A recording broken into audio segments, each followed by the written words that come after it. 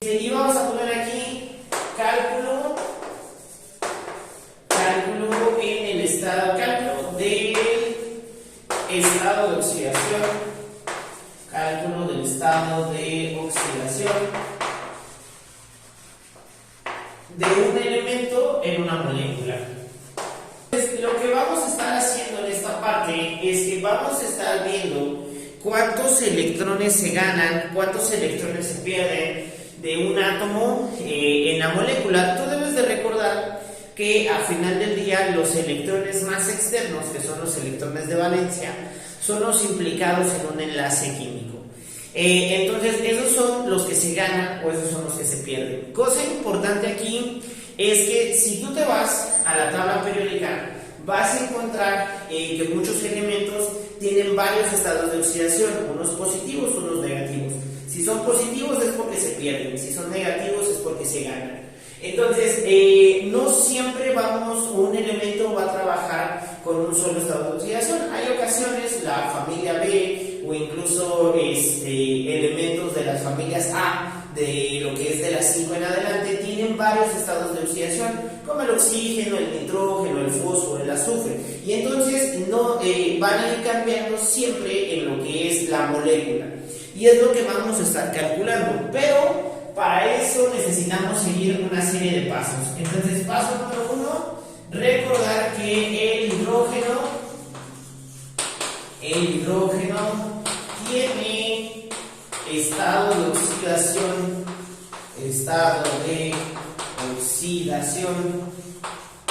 de 1 más, excepto en los hidruros,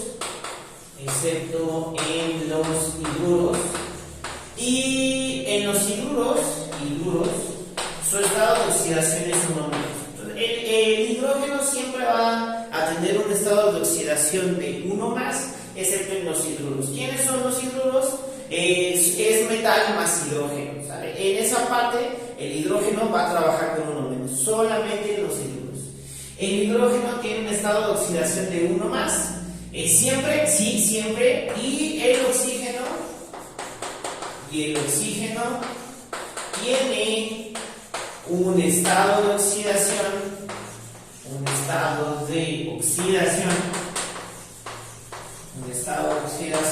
de 2 menos, excepto en los peróxidos,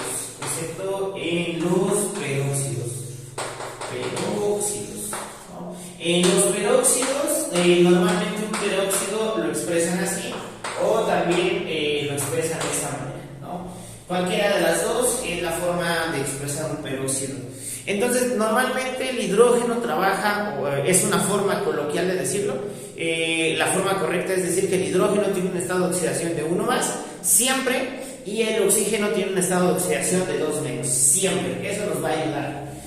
Paso número 2, los elementos. Vamos a poner aquí los elementos de las familias 1A, 2A y 3A tienen estado de oxidación,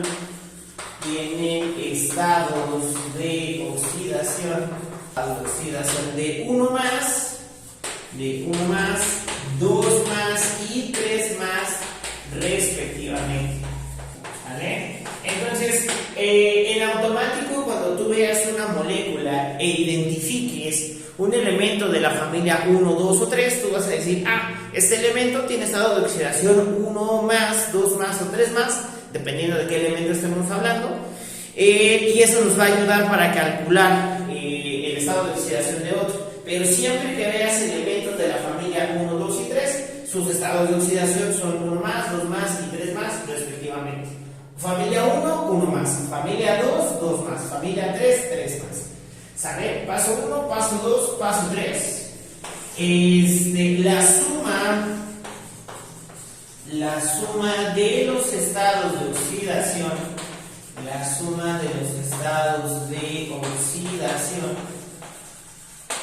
de los elementos en una molécula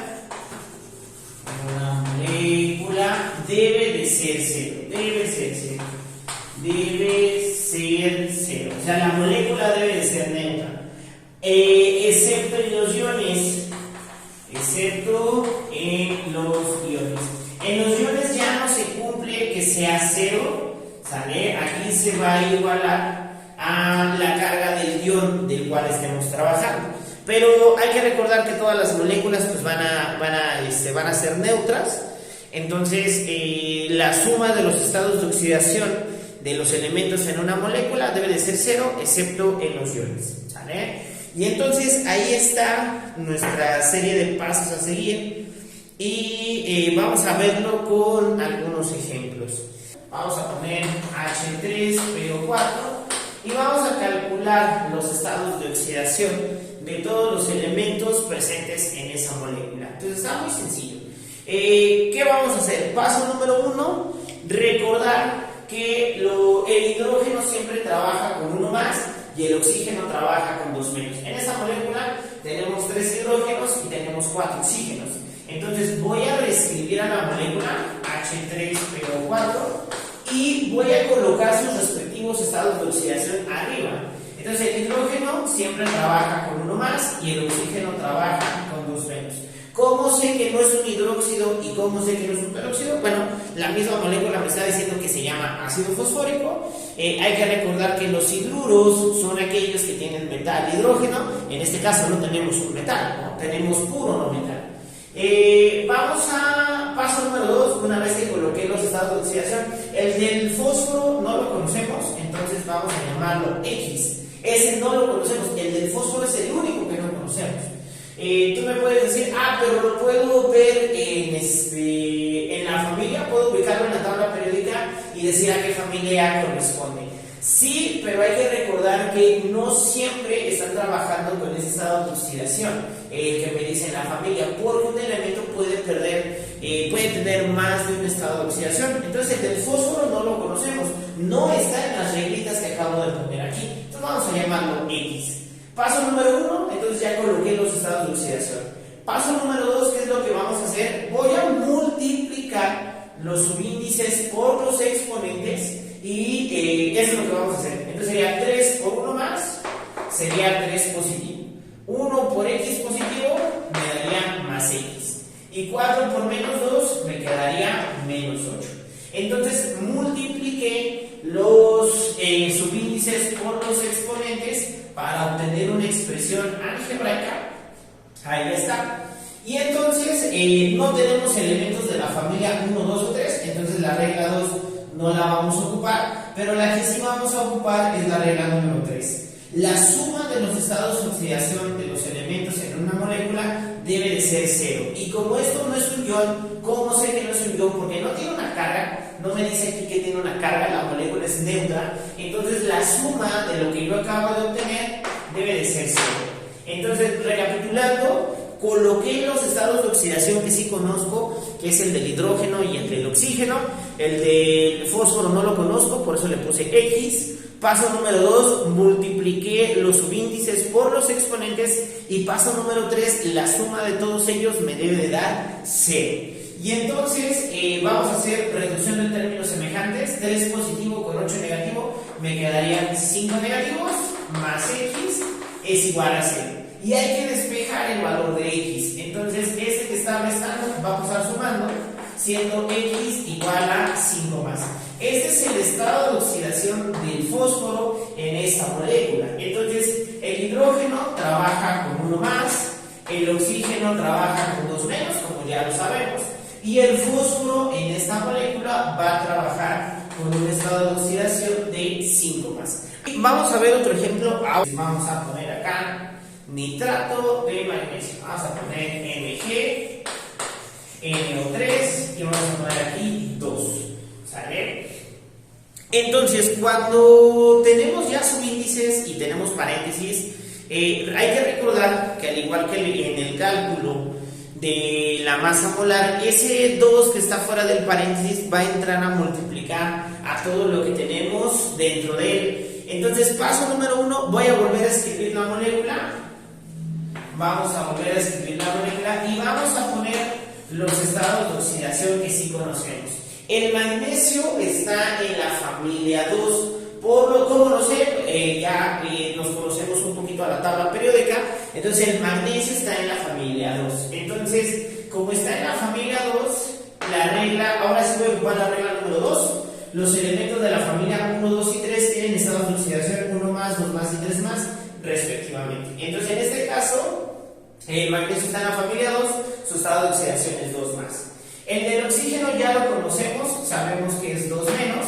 Y el del nitrógeno no lo conocemos, ese nitrógeno no está aquí en nuestra reglita, entonces por lo tanto vamos a ponerle X. ¿Sale? Paso número 1. Paso número 2, vamos a multiplicar los subíndices por los exponentes. Aquí el magnesio tiene un subíndice de 1, 1 por 2 positivo, me quedaría 2 positivo. Este 2 va a entrar a multiplicar a lo que esté dentro del paréntesis. Entonces tendríamos 2 por 1, 2 por X, se va a llamar 2X. Y 2 por 3 son 6. 6 por 2 negativo me daría 12 negativo. Otra vez, este 2 va a entrar a multiplicar a los subíndices y luego esos van a multiplicar a los exponentes. 2 por 1 son 2, por X, 2X. 2 por 3 son 6 y 6 por 2 negativo me quedarían 12 negativo. Ahí está. Ya tengo parte número 1, parte número 2, parte número 3. La suma de los estados de oxidación de los elementos en una molécula debe ser 0. Entonces la suma de todo esto tiene que ser 0. ¿Sale? Ya que estamos por aquí, pues hay que hacer reducción de términos semejantes. 2 por 12 negativo me quedan 10 negativos, más 2x es igual a 0 y hay que despejar el valor de x. 2x es igual a 10 positivo, aquí le voy a poner su signo para ir respetando parte de la química, y este 2 que está multiplicando va a pasar al dividir y entonces x es igual a 10 positivo sobre 2 y 10 entre 2 que quedaría 5 positivo. Entonces el estado de oxidación del nitrógeno en esta molécula es de 5 positivo y vamos a ponerlo. Entonces el magnesio tiene estado de oxidación de 2 más, el oxígeno tiene estado de oxidación de 2 menos y el nitrógeno tiene estado de oxidación de 5 más. Y si nos vamos a la tabla periódica, vamos a darnos cuenta de que el 5 más sí es un estado de oxidación que presenta el nitrógeno. ¿Sale? ¿No? Hasta el momento hemos hecho que la suma de los estados de oxidación debe dar 0. Pero la pregunta es, bueno, ¿y cuándo no me va a dar 0? Bueno, no me va a dar 0 cuando la molécula que me presente sea un ion, sea que se llame cation, sea que se llame anión. Y dentro de la pregunta es, bueno, ¿y cómo se vería un ejemplo así? Bueno, el ion sulfato se escribe SO4 y todo está elevado a la 2 menos. Este es el ion sulfato.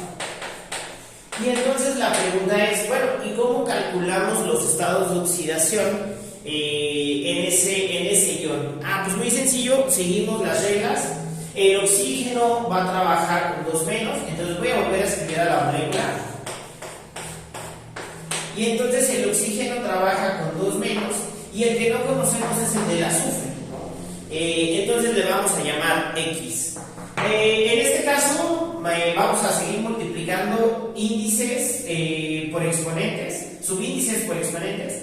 Entonces 1 por X daría X y 4 por menos 2 me daría menos 8. Pero ahora ya no lo voy a igualar a 0, lo vamos a igualar a la carga del ion. Entonces en este caso el ion se llama 2 negativo, entonces lo voy a igualar a ese 2 negativo. ¿Sale? Cuando tenga iones, cation o anión, entonces lo voy a igualar a la carga que tenga el ion. Puede ser positivo, puede ser negativo, pero aquí ya no se iguala a 0, se va a igualar a la carga del ion. Y entonces hay que despejar este 8 que está restando, va a pasar sumando, y entonces sería menos 2 más 8, y menos 2 más 8 me quedaría un 6 positivo.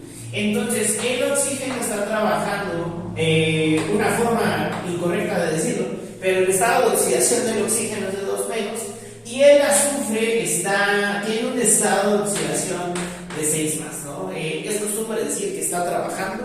No está trabajando, tiene un estado de oxidación, es correcto. Tiene un estado de oxidación de 6 más el azufre y el oxígeno tiene un estado de oxidación de 2 negativo. ¿Sale? Ahí está, eso está correcto. Entonces la pregunta es, ¿y siempre se va a aplicar estas reglitas? A veces sí, ¿no? ¿Dónde no?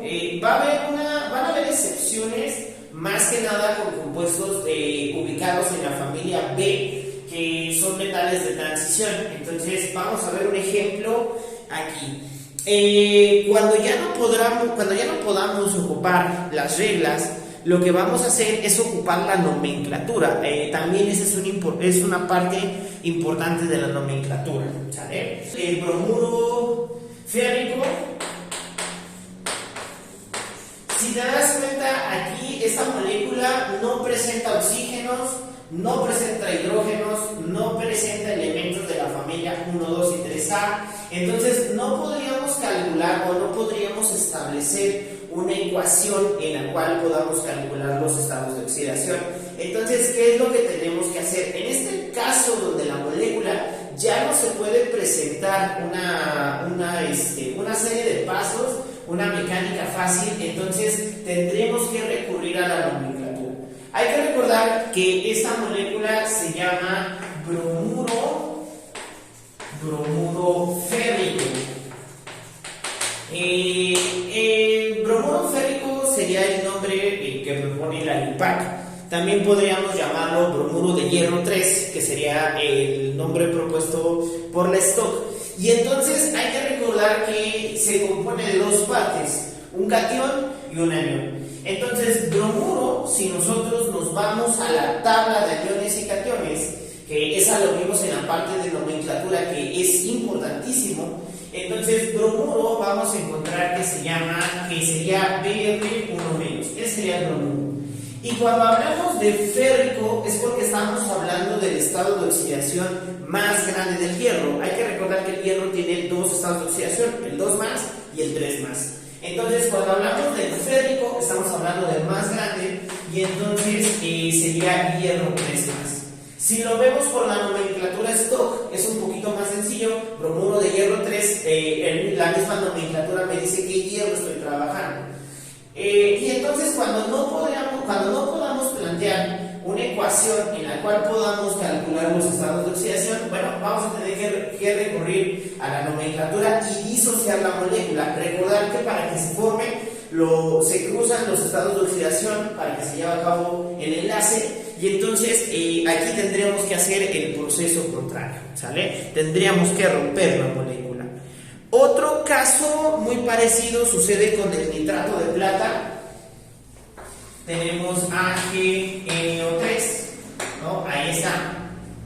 Y entonces sucede lo mismo con este compuesto. Entonces, como podemos darnos cuenta, esto sucede con elementos de la familia B, ¿no? Los metales de transición interna.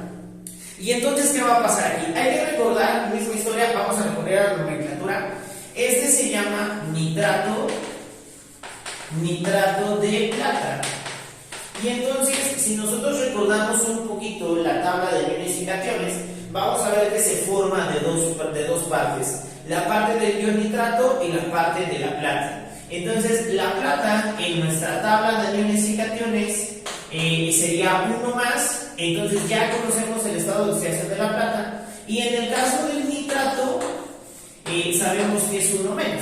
Y entonces, si tú quisieras calcular el estado de oxidación de cada elemento del nitrato, aquí ya lo podemos hacer. Esto ya lo sabemos hacer con la serie de pasos que tenemos aquí. Pero juntado con el nitrato de plata no lo podríamos hacer, ya que la plata está en la parte de la familia B de los metales de transición interna. Entonces, primero tendríamos que disociar la molécula y luego tratarlo por separado. Vamos a ver cuál sería el estado de oxidación del nitrato de plata. Entonces, hay que recordar que el nitrato ya es un ion, ¿no? Ya le está dando una carga. Entonces el oxígeno trabaja con 2-, ya sabemos que el estado de oxidación, tengo que quitarme esa frase, estado de oxidación, y entonces el hidrógeno lo vamos a poner X porque ese es el que no conocemos. Y seguimos los pasos. 1 por X sería X, 3 por -2 me daría -6, y la suma de los estados de oxidación, como es un ion, lo voy a igualar a lo que me diga la carga del ion. En este caso sería 1 negativo a -1. Y entonces habría que despejar.